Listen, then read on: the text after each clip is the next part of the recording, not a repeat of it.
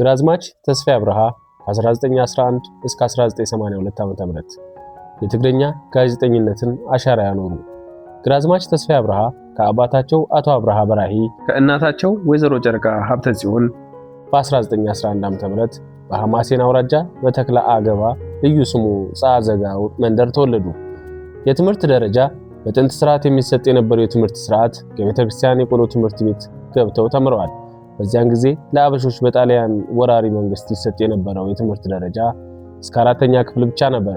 እርሳቸውም እስከ 4ኛ ክፍል ተምረዋል። ከዛ በኋላም ለትምህርት በነበራቸው ትልቅ ፍላጎት ተነሳስተው በእንግሊዝ ወታደራዊ መንግስት ኤርትራ ላይ ይሰጥ የነበረው ሻል ያለ የትምህርት ደረጃ እና አይነት በመፈጠሩ ገብተው ተምረዋል። ከዛም በተመሳሳይ ትልቅ ልምና ራዕይ አንግበው ስለነበር በግል ጥረታቸው በማታ ክፍለ ጊዜ ትምህርት ዕድል ይሰጥ ስለነበር እዛው ገብተው ተምረዋል።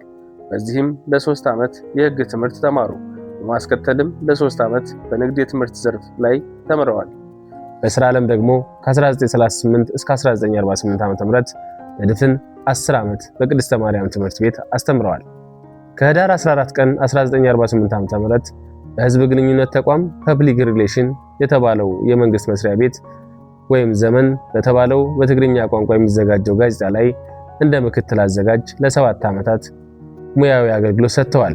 ከዛም በኋላ ከሚያዝያ 1955 ዓ.ም ጀምሮ ደግሞ የህብረት ጋዜጣ ላይ እንደ ዋና አዘጋጅ በመሆን በ1967 ዓ.ም በጡረታ እስከተገለሉበት ድረስ በቅንነትና በታማኝነት ህዝባቸውንና መንግስታቸውን አገልግለዋል። ግራዝማች ተስፋዬ በሀገር ፍቅር በነበራቸው የጸና አቋምና ፍቅር ተነስተው የሀገር ፍቅር ማህበር በ1934 ዓ.ም ከተመሰረተበት ጊዜ ጀምሮ የሐማሴን አውራጃ የሀገር ፍቅር ማህበር ምክትል ዋና ጸሐፊ በመሆን ኤርትራ ከአካሏ ከሆነችው ኢትዮጵያ በፌዴሬሽን በ1945 እስከ ተዋሃደች ድረስ በጽናት አገልግለዋል። ከዚያም በመቀጠል ኢትዮጵያዊ ሞት በሚል ዓላማ አንግበው ከፍ ያለ አስተዋጽኦ እንደፈጸሙ ይታወቃል። ግራዝማች ተስፋዬ በፍኖተ ብርሃን ጋዜጣ ላይም እንደ መስራች ብቻ ሳይሆን እንደ ዋና አዘጋጅም በመሆን ትልቅ አስተዋጽኦ አበርክተዋል። እንደ አባል ሳይሆን እንደ ስራ አስፈጻሚ በመሆን ለጋዜጣ ስራው ትልቅ ሚና አበርክተዋል። ፍኖተ ብርሃን ጋዜጣ በቅድስተ ማርያም ቤተክርስቲያን ስር የምትተዳደር ጋዜጣ ነበረች። በአጭሩ ግራዝማች ተስፋዬ አብርሃ በመምህርነትና በጋዜጠኝነት ሙያ ተሰማርተው ለሀገራቸውና ለሕዝባቸው እስከ ሕይወታቸው ፍጻሜ ድረስ አገልግለዋል። በተለይ በሁለተኛው የዓለም ጦርነት ሲሳተፉ ወደ ትምህርት ቤት ያልሄዱ የኤርትራ ተወላጆች በጦርነት ያሳለፉትን ሕይወት ተሞክሮ እንዲጽፉ ይወተውቱ ነበር። በእሳቸው ምክርና ሐሳብም ማንበብና መጻፍ ካለመቻል ተነስተው መጽሐፍ የጻፉ ሰዎች አሉ።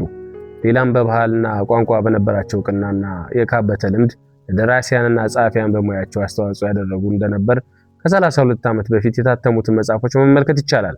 በ20ኛው ክፍለ ዘመን የነበሩ የትግርኛ ጋዜጦችን በተመለከተ የተወሰነ ጥናት እና ምርምርን ያደረጉ ሰዎች እንደሚያስረዱት የግራዝማች ተስፋዬ ውለታ ትልቅ ነው። ግራዝማች ተስፋዬ አብርሃ ያልተዘመረላቸው ትልቅ ጋዜጠኛ መሆናቸውን ብዙዎቹ ይመሰክራሉ። ጋዜጠኛና ጸሐፊ ግራዝማች ተስፋዬ አብርሃ አንጋፋ ከሚባሉ ጋዜጠኞች አንዱ ነበሩ። በአስመራ ዩኒቨርሲቲ ተምረዋል። በማስታወቂያና መርሃ ጽሕፈት ቤት እስከ ከፍተኛ አዘጋጅ በመሆን ሰርተዋል። ምክትልና ዋና አዘጋጅ በመሆንም በህብረት ጋዜጣም ሰርተዋል። ግራዝማች ተስፋዬ ጋዜጠኛ ከመሆናቸው በፊትም አስተማሪ ሆነው ይሰሩ ነበር። በተለይ በአስመራ ከተማ የሚገኘው ማርያም ጽዮን ቤተክርስቲያን ስር የሚተዳደረው ቅድስተ ማርያም ትምህርት ቤትም አስተምረዋል። ከወይዘሮ ሎል ጎይቶም ተጋብተው 7 ልጆች አፈርተዋል። ከወለዳቸው 7 ልጆች 3ቱ በሕይወት የሉም።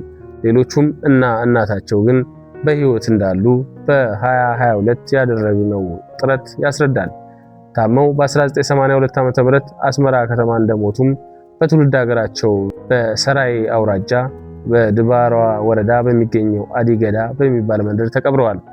የግራዝማች የቀብር ስነ ስርዓት ህዳር 29 ቀን 1982 ዓ.ም ነበር። በ71 ዕድሜያቸው ታመው ከዚህ ዓለም ድካም በሞት ነው የተለዩት። የሞቱበትን ቀን ህዳር 28 ቀን 1982 ዓ.ም ነው። በህልፈታቸው ጊዜ የማስታወቂያ ሚኒስቴር በኤርትራ ክፍለ ሀገር ጨንፈር መስሪያ ቤት የአበባ ጉንጉን አስቀምጠዋል። በሀገራችን የጋዜጠኝነት ስራ በትግርኛ ቋንቋ ሲሰራበት ኖሯል። እንደ ህብረት ያሉ ጋዜጦች ብዙ ዜናዎችን በትግርኛ ሲያስተናግዱ ከርመዋል። ይህ የጋዜጠኝነቱ አንዱ መልክ ሲሆን በሙያ ያለፉ ሰዎችም እንደ ትልቅ ባለታሪክ የሚቆጠሩ ናቸው። ከነዚህም አንዱ ግራዝማች ተስፋዬ አንዱ ናቸው። እርሳቸው በትግርኛ ቋንቋ ሲጽፉ ኖረዋል። የሀገራችን የጋዜጠኝነት ስራ ከአማርኛ ባሻገር በትግርኛ ቋንቋ ሲሰራበት እንደነበር አንዱ ማሳያ የግራዝማች የሙያ አበርክቶ ነው። የኢትዮጵያ ጋዜጠኝነት ታሪክ ከአማርኛ በዘለለ ሲሰራባቸው የነበሩ ቋንቋዎችንም ማጥናት ይኖርበታል።